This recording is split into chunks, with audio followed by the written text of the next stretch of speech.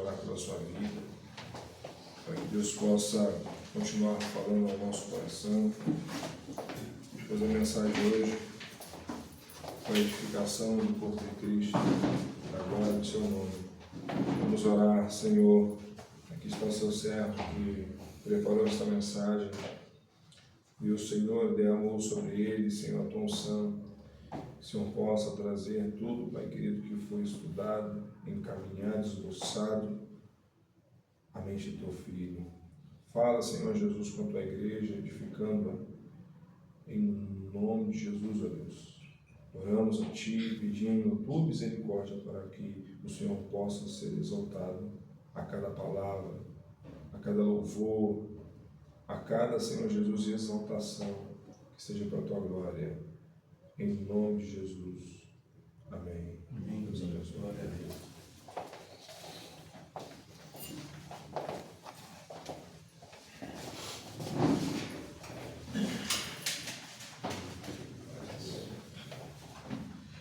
Aleluia.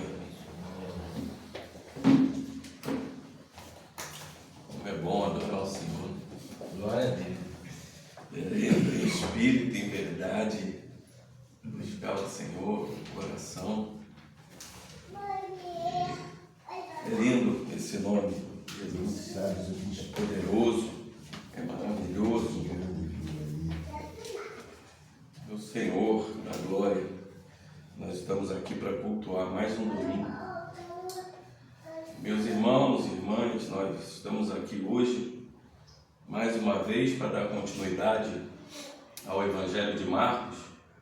Esse Evangelho que tem nos abençoado muito, porque estamos conhecendo a vontade do Senhor através da sua palavra. E a última vez que preguei aqui, falei Marcos capítulo 14, e quando Jesus está fazendo a última ceia, que ele indica que seria traído, e ele dá aquele significado da ceia para nós, o que verdadeiramente é a ceia. Nós fomos muito edificados porque a gente entendeu a ceia não só como os judeus entendiam, mas como Cristo quisesse que a gente entendesse. Tamanha a profundidade de que é ceiar com o Senhor da glória. E em sequência, Jesus vinha conversando com esses discípulos, vinha dizendo para eles: olha, para onde eu vou tem muitas moradas, mas eu enviarei também o Consolador. Pedro, você vai me negar. E os discípulos em todo momento ali, dizendo para eles: Jesus, mesmo que todos se escandalizem, mesmo que tenha que morrer, eu te seguirei. E Jesus vem avisando a eles. Jesus termina o último texto que a gente pregou, dizendo para ele, mas ele insistia com mais veemência: ainda que mais seja necessário morrer contigo, de nenhum modo te negarei. E todos disseram a mesma coisa. E Jesus já vinha avisando a eles: vigiem, orem. Um pouquinho antes, ali no final do capítulo 13, Jesus avisa eles, dizendo assim: vigiais, pois, porque não sabeis quando virá o dono da casa, se é tarde, se é meia-noite, se é o cantar do galo, se pela manhã, para que vindo ele inesperadamente não vos ache dormindo. O que porém vos digo a todos: vigiai. Jesus a todo momento vinha falando para eles: vigiai, vigiai. Nós somos humanos, temos que ter cuidado. E hoje nós vamos entrar num dos textos mais profundos e mais difíceis de entender, porque nós, como humanos, jamais vamos entender a profundidade do que foi Jesus no Getsemane. Não tem um ser humano, mesmo o mais sábio, mesmo Salomão, mesmo quem fosse, entender a profundidade do que é essa oração, esse momento de Jesus, nesse jardim. Vamos ler a palavra que está em Marcos 14, dos versos 32 a 42. Assim diz a palavra do Senhor. Então foram a um lugar chamado Getsemane. Ali chegados, disse Jesus aos seus discípulos: assentai-vos aqui enquanto eu vou orar. E levando consigo a Pedro, Tiago e João, começou-se a sentir tomado de pavor e de angústia. E lhes disse: a minha alma está profundamente triste até a morte. Ficai aqui e vigiai. E adiantando-se um pouco, prostrou-se em terra e orava para que, se possível, lhe fosse poupada aquela hora. E dizia: Abba, Pai, tudo te é possível. Passa de mim este cálice. Contudo, não seja o que eu quero, e sim o que tu queres. Voltando, achou-os dormindo e disse a Pedro: Simão, tu dormes? Não pudeste vigiar nem uma hora? Vigiai e orai para que não entreis em tentação. O espírito, na verdade, está pronto, mas a carne é fraca. Retirando-se de novo, orou repetindo as mesmas palavras. Voltando, achou-os outra vez dormindo, porque os seus olhos estavam pesados, e não sabiam o que lhe responder. E veio pela terceira vez e disse-lhes: ainda dormis e repousais? Basta, chegou a hora. O Filho do Homem está sendo entregue nas mãos dos pecadores. Levantai-vos, vamos, eis que o traidor se aproxima. Glória a Deus. Meus irmãos, é aqui no Getsemane que Jesus enfrenta a luta com os discípulos que abandonam ele. Ele enfrenta a luta consigo mesmo, em razão do cálice da sua paixão, e ele enfrenta a luta contra os inimigos, a ser preso.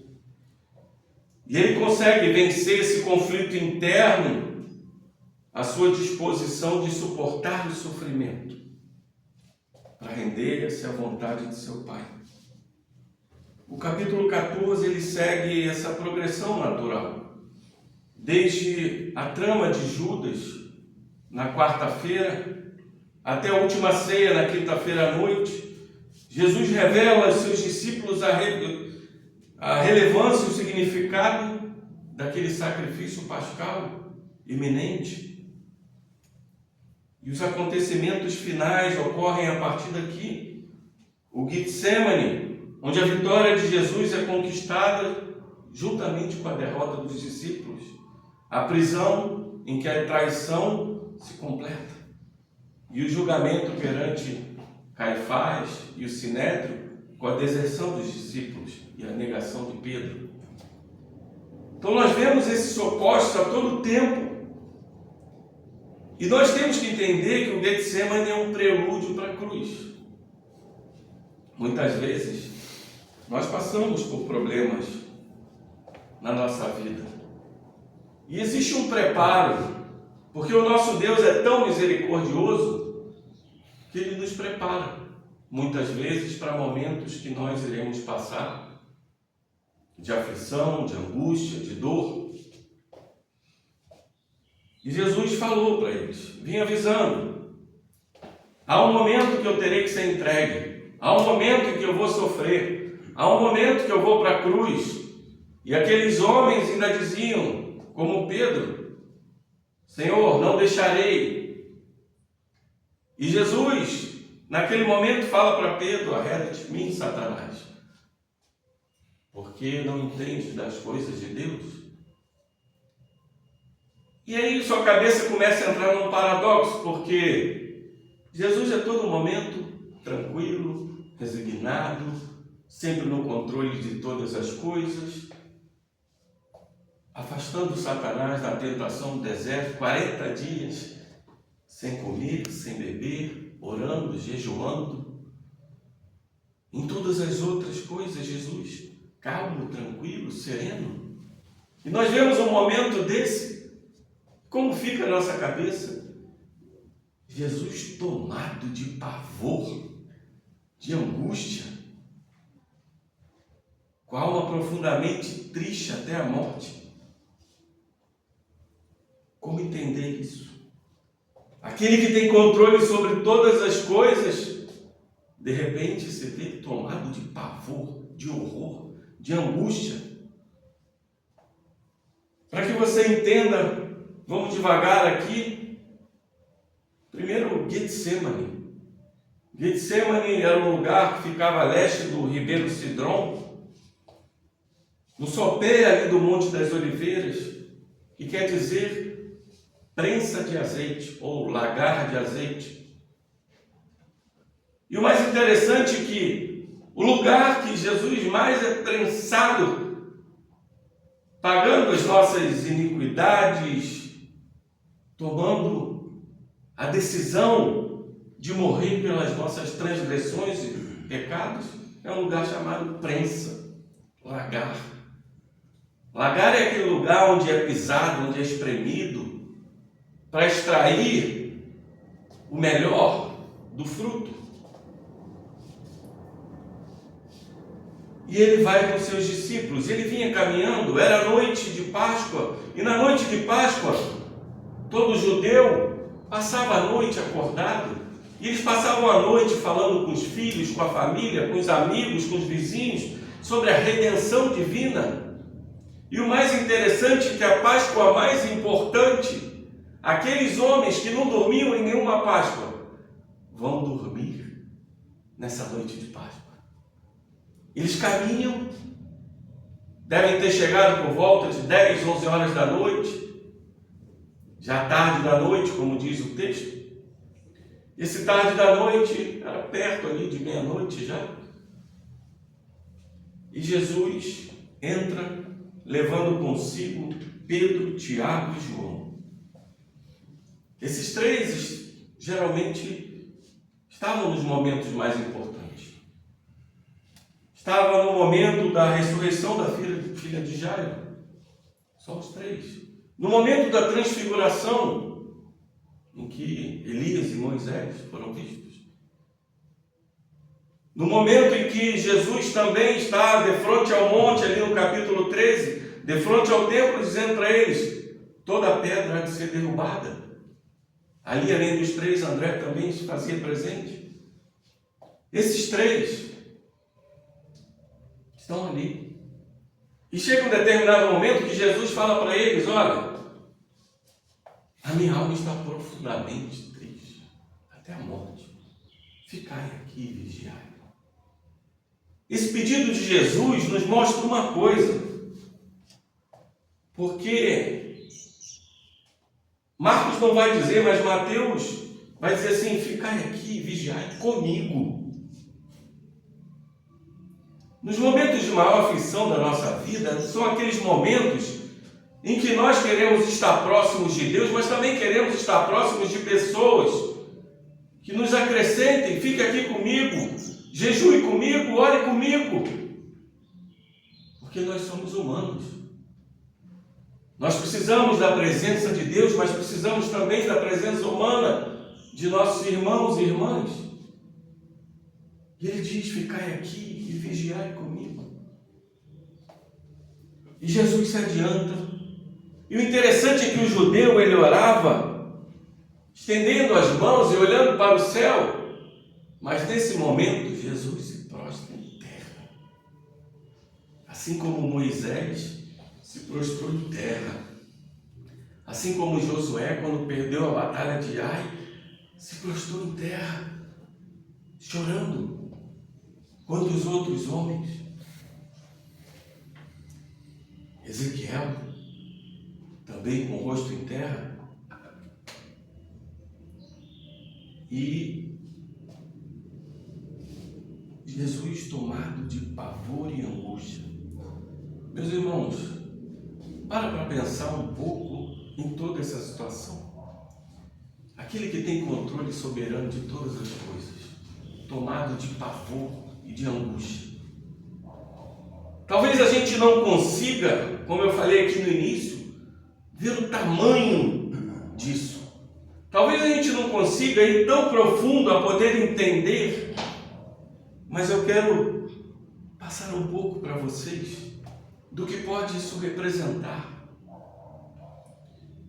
aquele que é o Senhor da glória, aquele que é o Senhor da criação, aquele que fez todas as coisas são dele, por ele e para ele, está prostrado no chão, em terra, angustiado, aflito, tomado de pavor.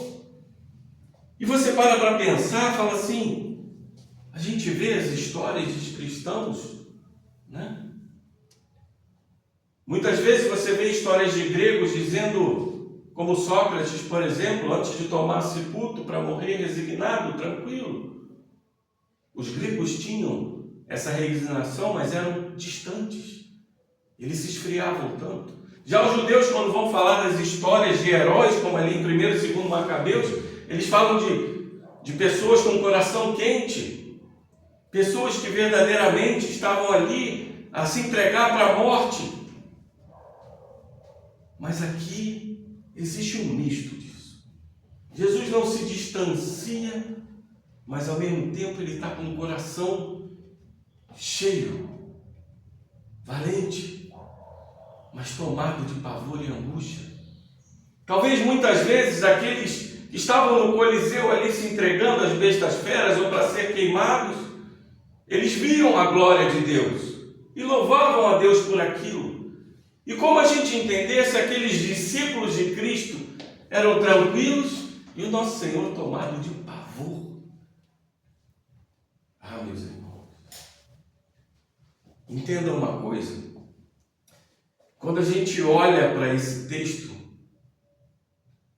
uma grande explicação para isso é: enquanto Jesus permite que no nosso momento maior de aflição, a misericórdia e a graça se faça presente e a gente veja aquele momento de glória, mesmo os missionários que estão morrendo, a glória desce e ele morre por Cristo. Aqui ele está diante daquilo que se abre diante dele.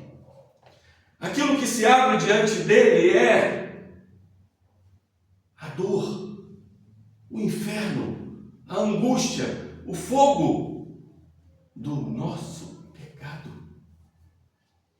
Quando ele olha para isso, aquele que é santo, aquele que não tem pecado, mas se fez pecado para que nós fôssemos a justiça de Deus, ele olha para aquilo tudo, para os nossos pecados todos ali à frente dele, para as nossas dores, para as nossas aflições, por tudo aquilo que ele vê como o Senhor da glória, aquilo se abre diante dele e ele fala: Abba, Pai. Abba é uma palavra no aramaico e Pai aqui, uma palavra no grego. Marcos faz essa mistura para mostrar a intimidade que ele tinha. Muitos vão traduzir essa palavra como paizinho, mas esse texto aqui não tem nada de infantil. O Abba aqui é como se fosse papai, no sentido de que eu tenho respeito, reverência e afeto pelo meu pai de uma família patriarcal. É algo tão íntimo. E Jesus mostra para aqueles judeus, porque nenhum judeu tinha coragem de falar pai no sentido de intimidade como o Abba. Não existe nenhuma oração judaica como Abba. Mas Jesus fala pai, no sentido de que meu Pai amado, tudo te é possível. Ele sabia que Deus poderia parar aquele momento, mas ele sabia que aquilo precisava ser feito. Muitas vezes a gente pode entender que Jesus não queria ir para a cruz, não é isso. O que Jesus está falando ali, eu sei que eu preciso ir para a cruz, mas se tiver algum outro meio, Pai, passa de mim, porque isso é muita dor, é muita aflição, é muito pecado. Eu vou carregar os pecados da humanidade nas minhas costas. Eu vou carregar os pecados de Moisés, de Noé, de Elias, de Eliseu, de Davi, de Salomão, de Paulo, de Pedro, de Tiago, de você, o meu. E Jesus, olhando para aquilo tudo, com aquela angústia, tomado de pavor, ele está profundamente triste até a morte. Talvez a gente passe por esse texto e não entenda. Meus irmãos, vamos dar um pequeno exemplo aqui. Como se a gente estivesse andando na rua, de repente a gente dobrasse a esquina e visse a pessoa que a gente ama atropelada e morta na nossa frente. Aquela nuvem de pavor e de... começa a subir aquele desespero, aquela dor. E Jesus está vendo aquelas pessoas que Ele ama mortas diante dele.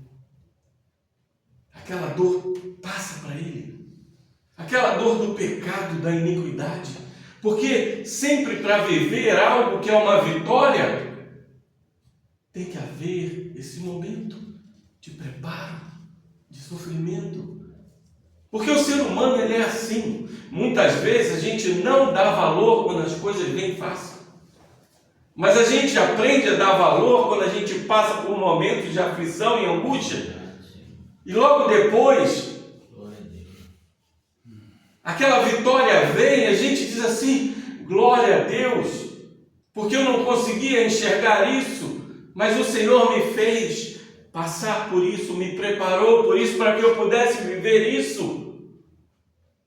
E assim é o Getsemane. O mais interessante, meus irmãos, é que o Getsemane ali era um vale no sopé do monte. E depois ele iria para o Gólgota, que é no alto da cidade.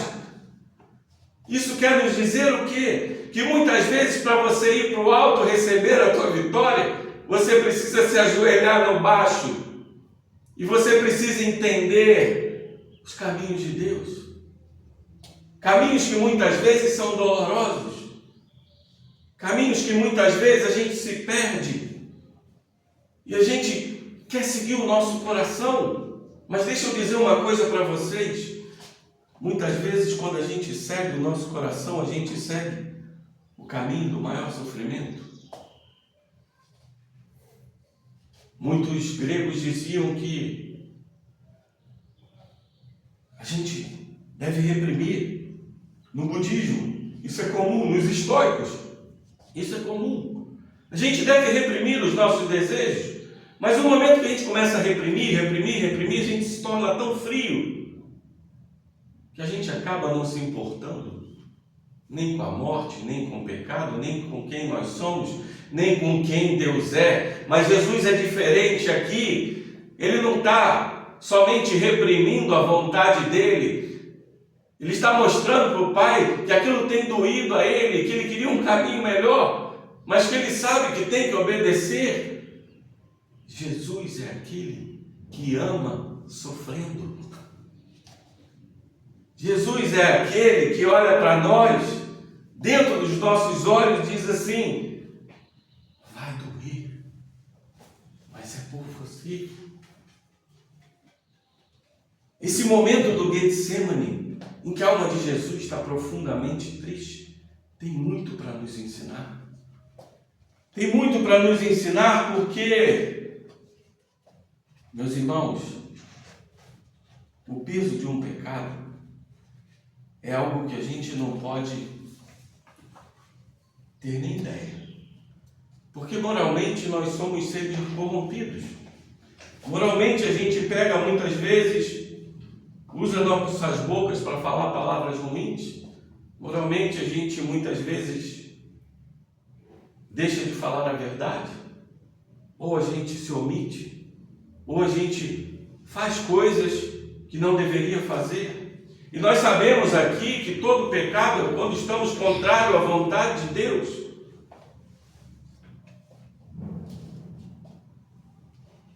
E esse momento é para nos ensinar o quanto é doloroso o pecado para o nosso Deus.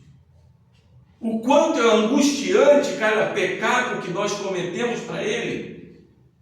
O quanto é difícil para aquele que é santo, santo, santo, olhar para um pecado, sentir o pecado. Isso deveria nos ensinar muita coisa. Deveria nos ensinar a termos mais inteligência, sabedoria, de poder olhar e falar: Não, eu não posso fazer isso, porque isso dói ao meu Senhor. Por isso é uma dor excruciante. Essa dor do Getsemane é para mostrar para nós que nós não devemos pecar, não porque nós estamos indo somente no caminho do sofrimento e da morte, mas porque essa dor é trespassada no corpo de Cristo. Porque essa dor do pecado atravessa o coração e a mente dele. Pecado é algo que machuca o coração do nosso Senhor. Nós deveríamos saber também o exemplo da importância da oração. Porque no momento de maior aflição, o que Jesus faz é se separar para orar. Até aqui no Evangelho ele só se separou 2 vezes. Quando ele está ali em Cafarnaum e que ele está curando enfermos, ele está expulsando demônios, e ele se afasta para orar na madrugada, e Pedro vem ao encontro dele e diz assim: Senhor, muitos te procuram porque tem homens e mulheres para curar, para expulsar demônios. E ele diz: eu não vim para isso, eu vim para pregar o reino de Deus. E se afasta. E no segundo momento que ele se afasta também para orar no monte, enquanto os discípulos estão indo para o barco, e que Jesus em seguida anda pelo mar. Nesses 2 momentos, Jesus se afasta para orar, mas nesse momento aqui ele nos ensina que no momento de aflição, o que nós precisamos é estar ao lado dos nossos irmãos e irmãs. Orem comigo, mas nós precisamos nos afastar e colocar diante de Deus as nossas súplicas e petições, orações. E você vai vendo pelo texto que Jesus ora 3 vezes. E Lucas vai dizer que ele ora mais intensamente a cada oração. Mas ao mesmo tempo, meus irmãos, que ele se dobra e ora em angústia, na última vez, ele se levanta já com paz. Porque a verdadeira batalha começa de joelhos, mas ela é vencida de pé. A verdadeira batalha começou ali de joelhos, mas depois ele vence aquela batalha de pé porque ele olha para os seus inimigos em paz. E quando Pedro, na sua impulsividade, ainda tenta puxar uma espada, ele diz: se meu pai quisesse, ele não mandaria uma legião de anjos. Não é assim. E ele em paz vai seguir para o seu último momento de liberdade. Aquele momento que ele sabia que seria prisão para ele, mas seria liberdade para nós. Aquele momento em que ele disse assim: eu posso ser preso, mas eu vou libertar o meu povo. Glória a Deus. Aleluia, Jesus. Eu estou de pé, em paz. Jesus nos ensina que no momento da aflição, no momento que nós devemos colocar tudo em oração, porque pode ser 1, 2, 3 vezes, mas a gente vai levantar em paz. Glória a Deus. Para enfrentar o inimigo. Agora, veja que importante a submissão à vontade do Pai. A submissão à vontade de Deus, porque Jesus é plenamente humano. Ele sente dor, ele sente aflição. Por isso é que nós temos um sumo sacerdote que entende todas as nossas dores e aflições, porque ele passou por algo que nenhum ser humano passou. Mas ele fala: Abba, Pai, tudo te é possível. Eu sei que tu és soberano, eu sei que tu podes fazer qualquer coisa, mas que não seja feita a minha vontade. Não o que eu quero, mas o que tu queres. Isso é algo, meus irmãos, que é um grau de perfeição tão grande que cabe-nos somente aceitar com paciência tudo que Deus nos enviar. Isso nos ensina, como diz J.C. Ryle, que a gente não deve gostar de coisa alguma, senão daquilo que Deus gosta. A gente não deve desejar coisa alguma, senão aquilo que Deus deseja.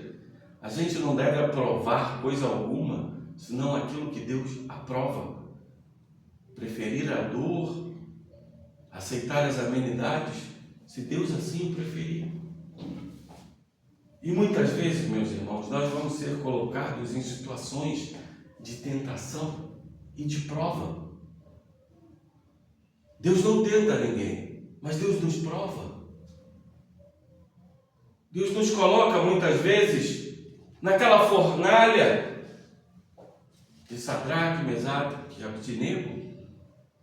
Deus coloca nas covas dos leões. Deus coloca José na prisão. Momentos de prova. Mas como a gente falou aqui, aqueles momentos são os momentos em que nós temos intimidade com Deus. São momentos em que a gente se coloca diante de Deus com espírito, com verdade, e a gente ora com o coração. A gente não é frio, porque se a gente começa a reprimir somente os nossos desejos, sem buscar aquele que é a essência do amor, o nosso coração se esfria e nós nos tornamos religiosos. Não é só reprimir os nossos desejos e querer fazer a vontade do Pai, é se colocar diante de joelhos para Ele, assim como Jesus se colocou, e dizer assim: Pai, eu sou meramente uma criança, eu não consigo ver nada, o Senhor sabe de tudo, eu te amo, Pai, entrego nas tuas mãos, mesmo que me doa, eu sei que o Senhor tem misericórdia e graça para me dar. Esse é o momento em que a gente deve entender uma coisa, meus irmãos. Muitas vezes, o conhecimento, os dons, as convicções, os sentimentos e os desejos podem estar também nos não convertidos. Mas fazer a vontade do Pai em meio ao sofrimento, isso é digno de um cristão verdadeiro. Isso é digno daqueles que conhecem o Senhor e sabem verdadeiramente quem Ele é. Que Ele não há de nos dar um fardo maior do que a gente possa suportar. Que no momento da dor Ele está segurando na nossa mão. Que no momento que nós estamos afundando no nosso mar, Ele nos resgata. Que nos piores momentos da nossa vida, Ele está do nosso lado. E mesmo que nosso pai e a mãe nos abandonem, Ele nunca nos abandonará. Essa é a verdade. E nos ensina também esse texto o quão fraco nós, como os crentes, mesmo o maior dos crentes, pode ser.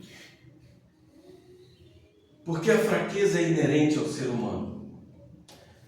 A fraqueza é inerente àqueles que têm a carne. E olha que interessante. Jesus volta, acha eles dormindo e diz a Pedro assim: Simão, tu dormes? Mas Jesus já tinha falado com ele: Pedro, tu és a pedra. E o interessante é que ele não chama aquele de Pedro, porque nesse momento Pedro não foi uma rocha. Ele chama ele de Simão. Porque nesse momento que ele precisava ser uma rocha, ele precisava vigiar, ele precisava orar. Ele não vigia e ele não ora. A vigilância aqui não é algo somente espiritual. O principal conceito é espiritual, sim, mas a vigilância também, olha, que daqui a pouco eles vão chegar. E muitas vezes, meus irmãos, a gente tem que ser simples como a pomba, mas prudente como a serpente. A gente precisa entender o momento. E ele diz assim: vigiai e orai para que não entreis em tentação. O espírito, na verdade, está pronto, mas a carne é fraca. Muitas pessoas vão entender que aqui se fala do Espírito Santo. Mas o que Cristo está falando para eles é: o espírito humano de vocês está pronto, porque vocês querem fazer isso, mas a carne de vocês é fraca. Quantas vezes a gente quer fazer algo, mas a nossa carne não permite? Paulo, em Romanos 7, fala isso. bem que eu quero, eu não faço. Mas o mal que eu não quero, esse sim eu faço. Porque o desejo está em nós pelo Espírito Santo de fazer o bem. O espírito humano quer fazer esse bem, mas muitas vezes a carne não permite. A carne não permite. Nós somos fracos, nós que estamos aqui, nós sabemos que Deus é fiel e nós somos falhos. E Deus é fiel ao seu próprio nome. Ele não pode negar a si mesmo. Se Ele prometeu, Ele vai cumprir, porque Ele não é homem para mentir. Quanta fraqueza existe em nós, meus irmãos. E o que nós precisamos, indo para o final, entender é que Jesus, depois de passar todo esse momento, depois de mostrar tamanha angústia diante do pecado, tamanho pavor, tamanha dor,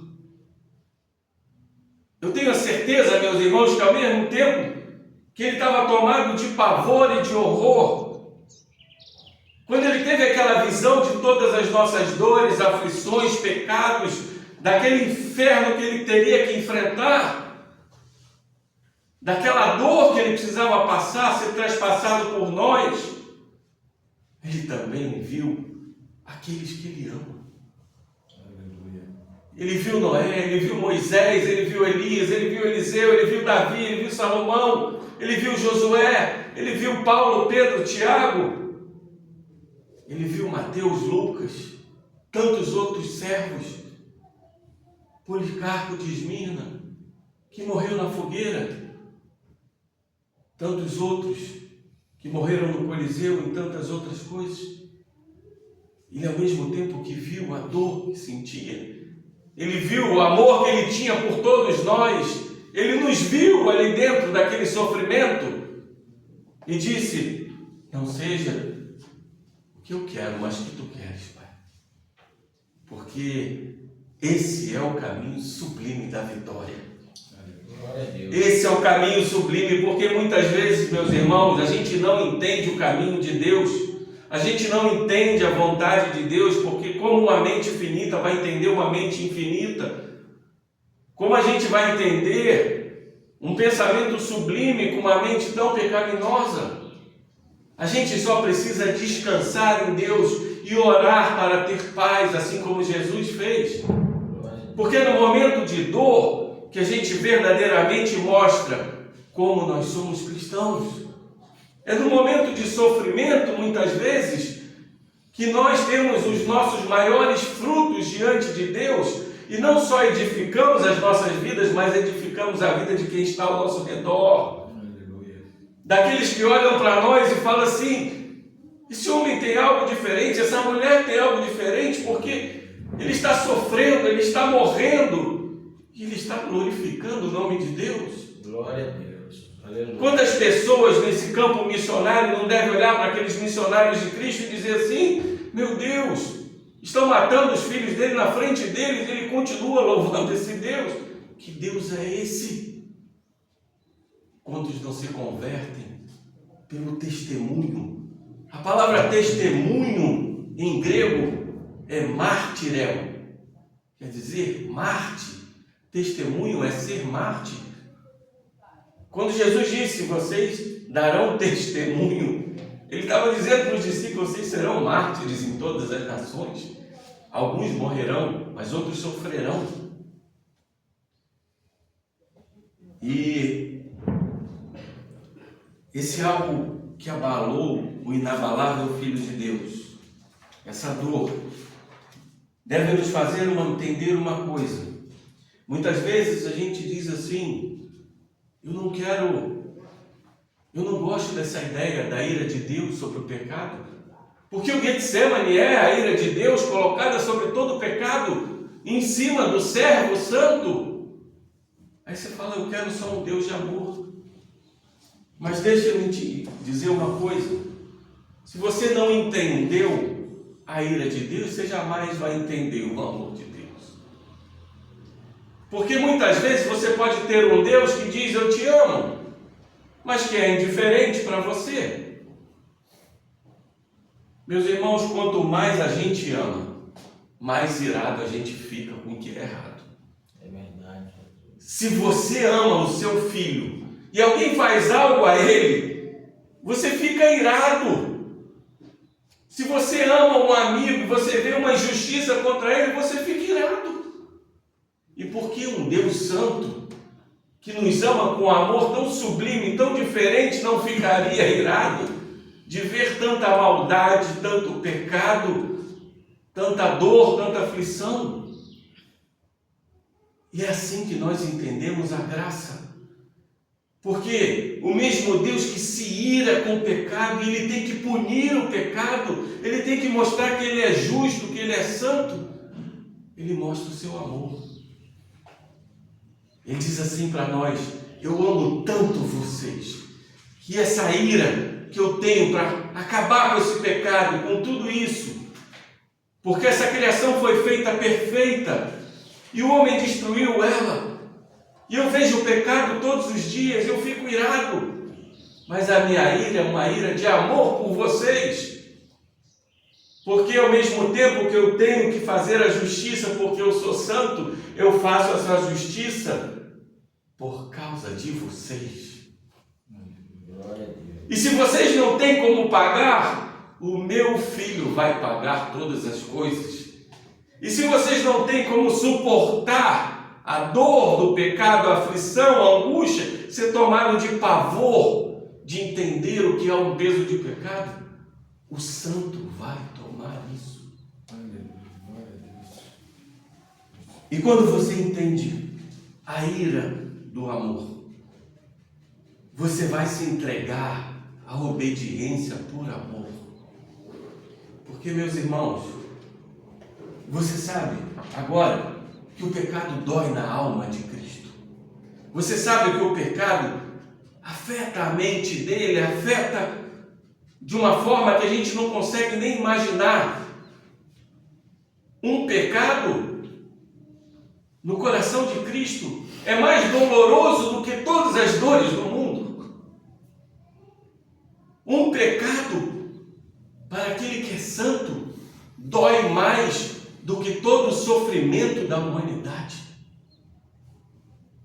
Porque aquele que não tem pecado se fez pecado por nós, para que nós recebêssemos essa justiça. E o nosso papel hoje é só um. Nós entendemos a ira santa de Deus, nós entendemos que Ele tem que punir o santo, nós entendemos que o Senhor Jesus orou ali: Senhor, eu sei que vai doer, mas faça a Tua vontade. E Ele vai caminhar para aquela cruz, Ele está indo para o momento de maior vitória da humanidade.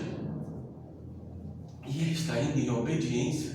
Mas por que Ele está em obediência, meus irmãos e irmãs? Porque Ele ama tanto o Pai,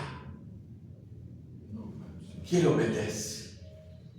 E você sabe qual era a maior angústia de Jesus? Não era só ter a dor do pecado, é porque o pecado traz distância de Deus.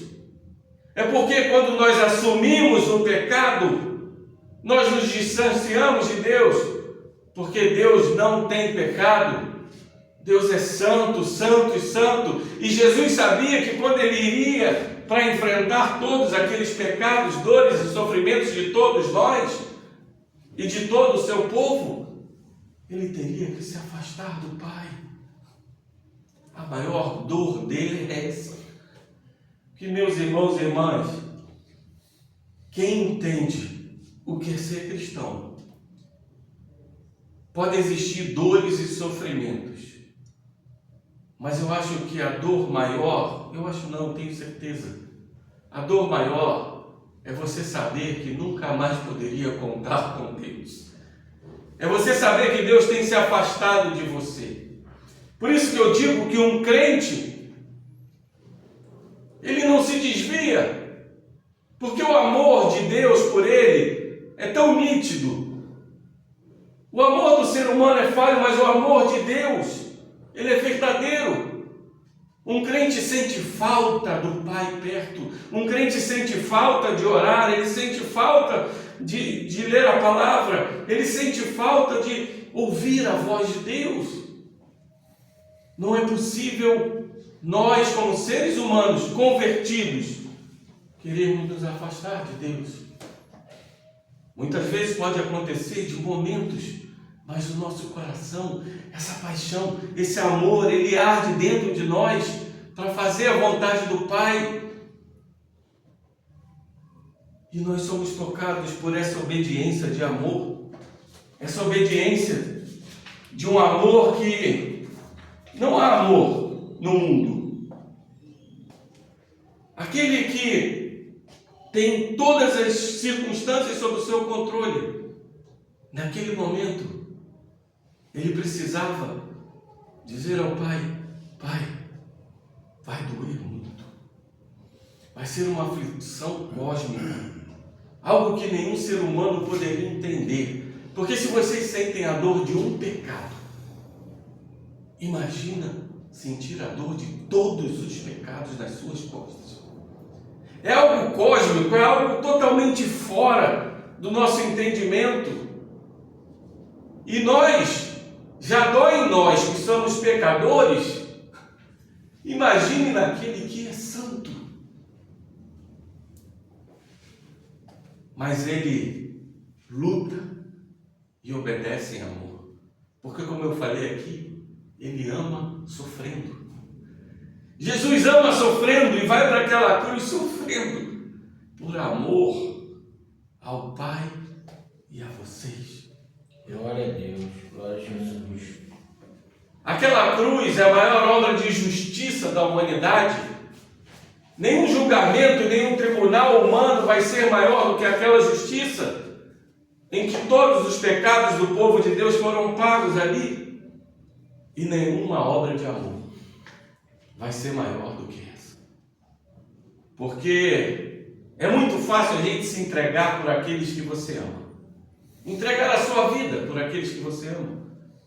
Mas entregar a vida por aqueles que cospem em você, que viram as costas, que te machucam, que fazem de você um vilipêndio, um escárnio.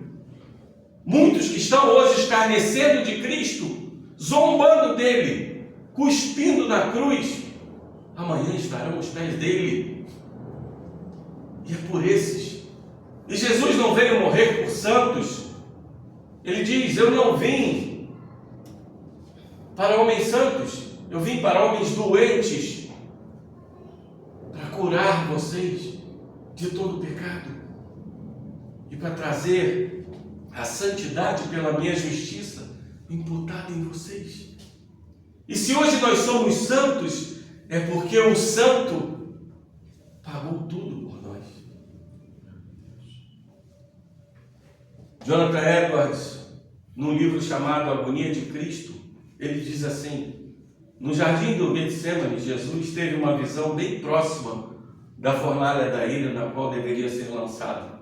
Foi trazido à boca da fornalha para que pudesse olhar lá dentro e ficar ali, observando as chamas flamejantes e vendo a incandescência de seu calor, para que pudesse saber onde estava indo e o que estava prestes a padecer. Duas coisas que fazem o amor de Cristo tão maravilhoso: o fato de que ele estava disposto a suportar tão grande sofrimento, e o fato de que ele estava disposto a suportá-lo para expiar tão grande iniquidade. Mas para que digamos tudo isso com propriedade, é preciso mencionar que para que Cristo, por ato e escolha próprios, suportasse tão grande sofrimento, foi necessário que tivesse uma noção extraordinária do quão grande seria esse sofrimento, antes de passar por ele. E isso lhe foi mostrado em sua agonia. Essa agonia, ela passou com a oração. Essa agonia fez com que Jesus levantasse do seu maior momento de aflição em paz, para vencer a maior vitória, a maior batalha, a batalha cósmica. Ali não era uma batalha de Jesus contra o Sinédrio, de Jesus contra os romanos, Ali era uma batalha de Jesus contra todos os anjos do mal, contra todo o pecado, contra toda a humanidade. Ali era uma batalha cósmica em que todo o universo não cabe dentro dela. Ali é a essência de tudo que nós vivemos na igreja.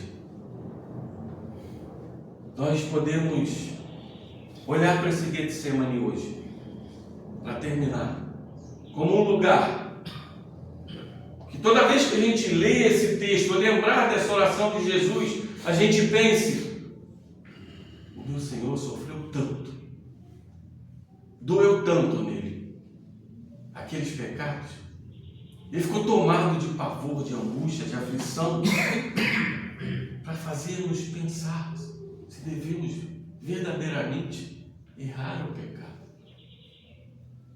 Porque nós temos escolha, meus irmãos. O espírito está pronto, a carne é fraca, mas nós podemos dizer a mesma coisa: Senhor, eu não tenho força, me dê força para vencer, porque a minha carne é fraca. E tenha certeza, porque Paulo diz que o Espírito intercede por nós com gemidos inexprimíveis. Talvez seja o mesmo gemido que Cristo deu no Getsemane, dizendo assim: ele está angustiado até a alma, porque ele não quer fazer, mas ele está a ponto de fazer. Assim como Cristo esteve a ponto de morrer, Pai, o teu filho está a ponto de fazer. E é nesse momento que a gente deve orar e entregar: Senhor, eu não tenho forças, faça a tua vontade em mim, ajuda-me a vencer esse pecado, ajuda-me a vencer esse momento, porque a minha alma está angustiada. E é assim que nós nos submetendo a Cristo, nós nos submetemos, assim como Cristo se submeteu ao Pai, nós nos submetendo a Ele, nós sabemos a que a nossa vitória virá, porque o caminho pode ser árduo, duro, muitas vezes de um sofrimento que a gente não imaginaria, mas a vitória, ela já foi conquistada na cruz. A vitória já foi conquistada por aquele que sofreu, que recebeu, que foi traspassado pelos nossos pecados e transgressões. E nós podemos dizer hoje: por mais que tudo aconteça na minha vida, o meu destino já está selado e é ser recebido na glória. Aleluia. Pelo meu Senhor junto com o Pai, e poder dizer para Ele assim: Senhor, obrigado, porque eu olhei agora e vi que foi tudo graça. Eu vi que não há nada que eu pudesse fazer sem a tua força. Eu vi que eu sou fraco demais. E é quando eu estou diante dessa justiça, dessa santidade, é que eu entendo quem eu sou e quem tu és. É por isso, meus irmãos, que a verdadeira batalha começa de joelhos. Porque quando a gente se ajoelha, a gente se humilha e diz para Deus: eu sou fraco. Eu sou fraco. E é assim que a gente deve se comportar. Porque forte só existe um. Aquele que levantou em paz e enfrentou a cruz. E enfrentou algo que nenhum de nós. Errados estão os aqueles que dizem assim: deveria ser eu estar na cruz. Não! Porque você não suportaria nenhum milésimo da dor da cruz. Ninguém de nós. A cruz era para Ele. Porque só Ele pode fazer justiça desse jeito. E só Ele pode nos amar desse jeito. A gente não conseguiria amar com esse amor.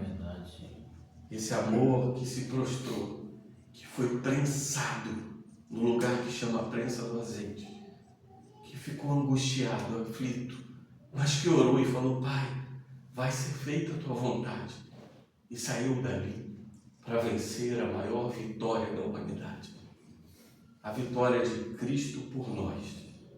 E hoje nós podemos dizer: glória a Deus, aquele que está sentado à direita do Pai, o nosso Senhor Jesus Cristo. Amém e amém. Deus seja louvado. Louvado seja o nome do Senhor. Senhor, Pai Santo, nós nos colocamos diante do Senhor. Perdoa-nos, Senhor, porque muitas vezes não entendemos a profundidade dessa passagem. Perdoa-nos, Senhor, porque muitas vezes nós perdemos a essência do que é esse amor, do que é essa justiça, do que é ser amado pelo Senhor. Perdoa-nos, Senhor, porque nós muitas vezes reclamamos do nosso sofrimento, mas nós sabemos que o verdadeiro sofrimento foi em cima do teu filho, que foi esmagado, prensado, traspassado por nós. Não foram os judeus, nem os gregos, nem os romanos que colocaram ele na cruz. Fomos nós, desde o primeiro Adão. Nós, o teu povo, porque o seu filho desceu do céu para pagar os nossos pecados. E hoje nós entendemos aqui, Senhor, a grandeza daquele momento, não com a profundidade que o Senhor entende, mas um pouco, um leve entendimento do que nosso Senhor passou por amor a nós. Muito obrigado, Senhor. Nós não somos dignos do Senhor, mas agradecemos por essa justiça e por esse amor, que só entenderemos quando estivermos na Tua presença. Entenderemos verdadeiramente a essência do amor somente em Ti. Louvado seja Deus. Amém. Vamos